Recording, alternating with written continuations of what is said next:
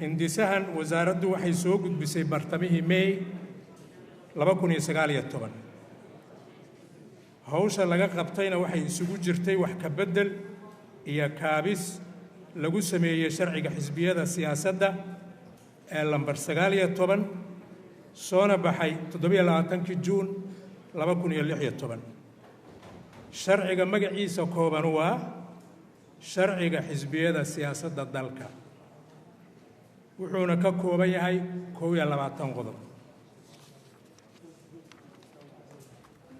maadaama nuqulka sharcigan la qaybiyey, waxaan rajaynayaa in laga maarmi karo inaan qodob u wada marno. taa beddelkeeda waxaan faallo guud oo kooban ka bixinayaa hawsha laga qabtay dib u eegista sharcigan. sida ku cad qodobka 2 ee dib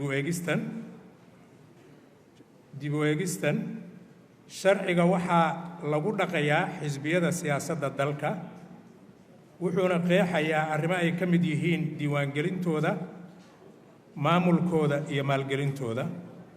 wuxuu tilmaamayaa shuruudaha axsaabta, dhismahooda, habdhaqanka. wuxuu ka dalbayaa xisbiga siyaasadeed in marka la guddoonsiiyo shahaadada rasmiga ah ee diiwaangelinta uu 30 maalmood gudahood ugu soo gudbiyo xafiiska diiwaangeliyaha qoraal rasmi ah oo caddaynaya hantida xisbiga ee sanadkaas koowaad oo ay bixiyeen asaasayaasha ama ku soo gashay qaab kale oo sharciga waafaqsan.